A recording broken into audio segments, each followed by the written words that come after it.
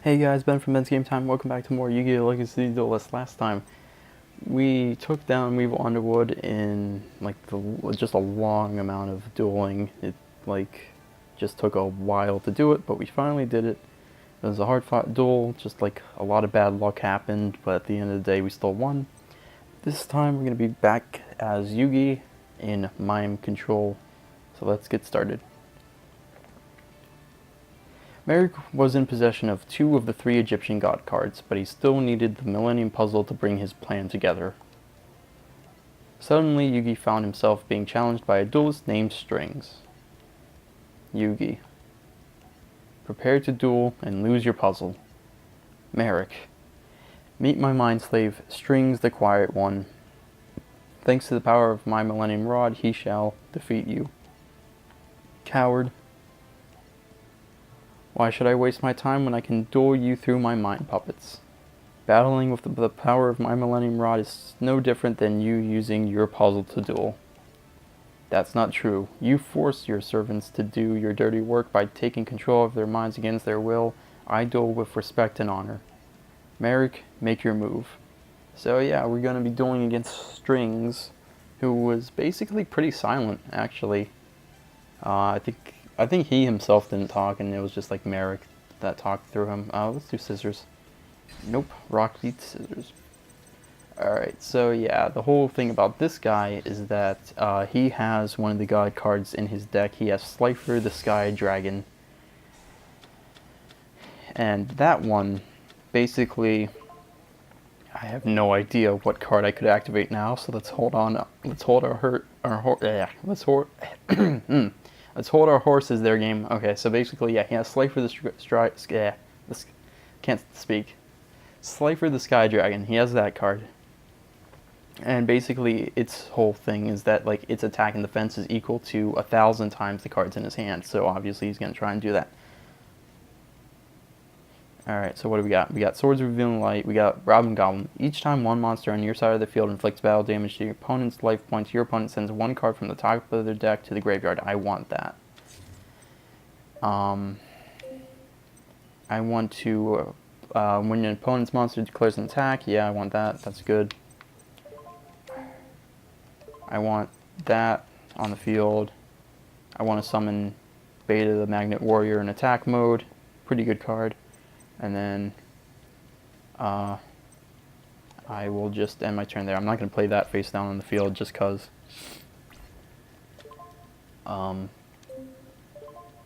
Actually, yeah. Let's activate our Robin Zombie.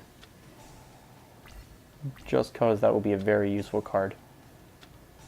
Yeah, his whole deal is about getting cards in his hand so that way he can summon Slifer pretty easily. And like when he summons Slifer, well, actually, no, let's scratch that. Slifer takes 3 sacrifices because it's a god card and it has like a lot of stars on it. So once he summons it, though, his whole thing is like having as many cards in his hand as possible, so that way Slifer is unbeatable. So with this, when a monster is special summoned from your graveyard, you can draw 1 card. And the thing about that is, like, he has this one card called Revival Jam, where you pay 1,000 life points and you bring it back in defense mode. And during each time, during each of your standby phases, special summon 1 slime token.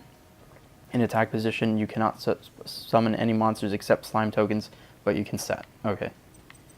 So he has swords. I got my Swords of Revealing Light. I got Red Eyes for later. Let's just attack with Beta the Magnet Warrior. I think that, yep, this is Revival Jam. And that's his whole thing, is he's gonna pay 1,000 life points, he's gonna resummon Revival Jam in defense mode, and then he's gonna draw a card. And that's how he powers up Slifer. However, the good thing about this is that, basically, he's gonna run out of life points eventually. He's got 2 cards of safe return. I don't want to activate any. So he can draw 2 cards now. However, Slime Token is pretty weak, so excuse me. So I can easily just destroy it. So we're gonna summon Gamma the Magnet Warrior. So we just need Alpha now, And when we get all those three together, something really good happens. So Gamma, attack that. And Robin Goblin sends one card to the... Oh, Jam Defender. Okay, that's a good one.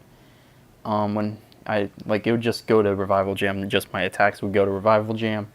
And like in the show, it was like kind of different. He didn't have to pay life points for Revival Jam. So excellent. He's just losing life points left and right now. This is going to be pretty easy and straightforward. Anyway, in the show, what would happen is actually like Revival Gem did not take life points to summon back to the field. So that was one thing. Luckily, with the slime tokens, he can't bring back his Revival Gem because so now he's just losing life points for no reason, which is good. And magical hats, I'll keep that in my hand for now. Anyway, so as I was saying, in the show for this episode, basically what was going on is that he would have Revival Gem always come back, and then because of the what's it called? Card of Safe Return. Because of Card of Safe Return, he would get cards back. And then, on top of that, Slifer would be powered up. And then he had this other card, because there's a card limit. You can only have, like, I think 7 cards in your hand at once. And so, ooh, this is a strong defense. Alright, cannot be special summoned except by its own effect. If this card is tributed for a tribute summon during your next standby phase, you can summon this card from the graveyard. You cannot special summon monsters from the extra deck during your turn. Okay, so he's got a really powerful monster on the field right now. Interesting. So we'll end turn there. But yeah, so basically he had infinite cards, which allowed him to have infinite cards in his hand, making it so that way Slifer was just super powerful. And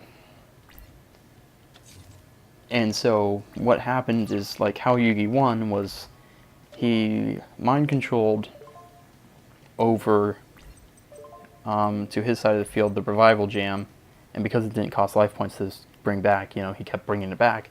And Slifer has this secondary effect where if a monster is kind of like brought back to the field, it can be destroyed easily. So what happened was Yugi would just keep going, and Strings had no he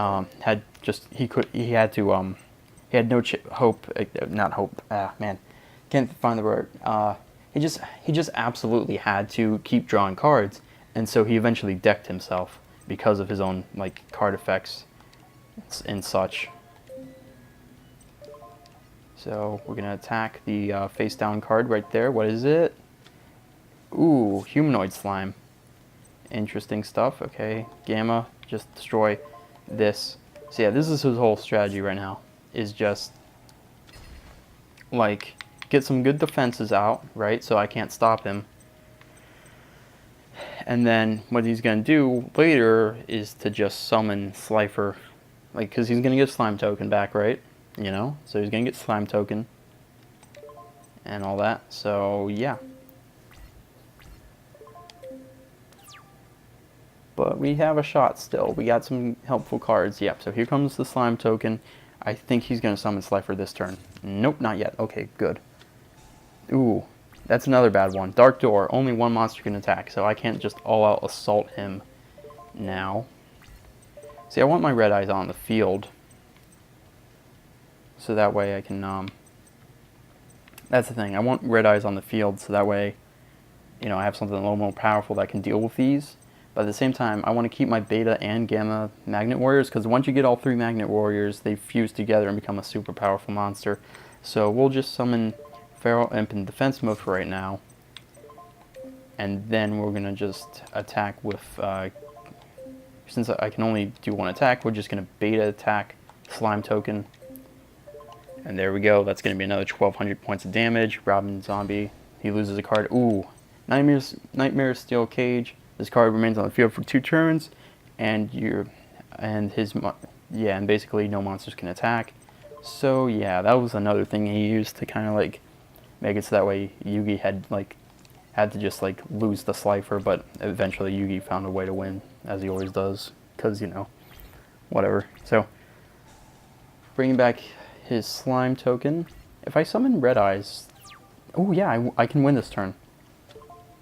Ooh.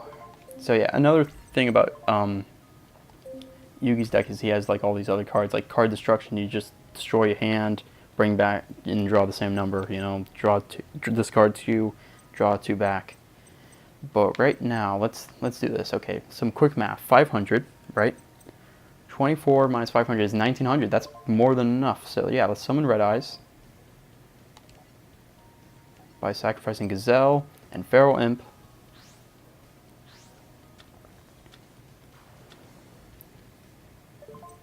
And then we just need to attack with Red Eyes on his slime token, and we win the duel. He didn't even get a chance to summon Slifer. Perfect. There we go. We win. That was much easier than the Weevil duel we had last time, I'll tell you what. So there we go. We win. Perfect. I win. It's over. It can't be.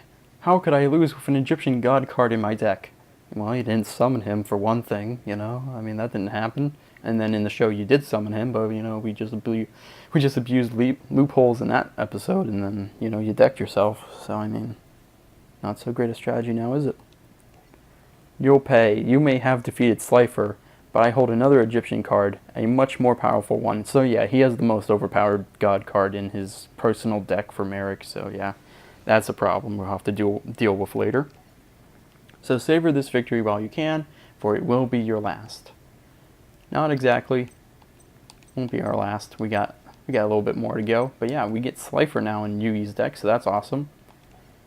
And so that's all for this time. Join us next time where we do the Dark Spirit Revealed. And I will see you guys then.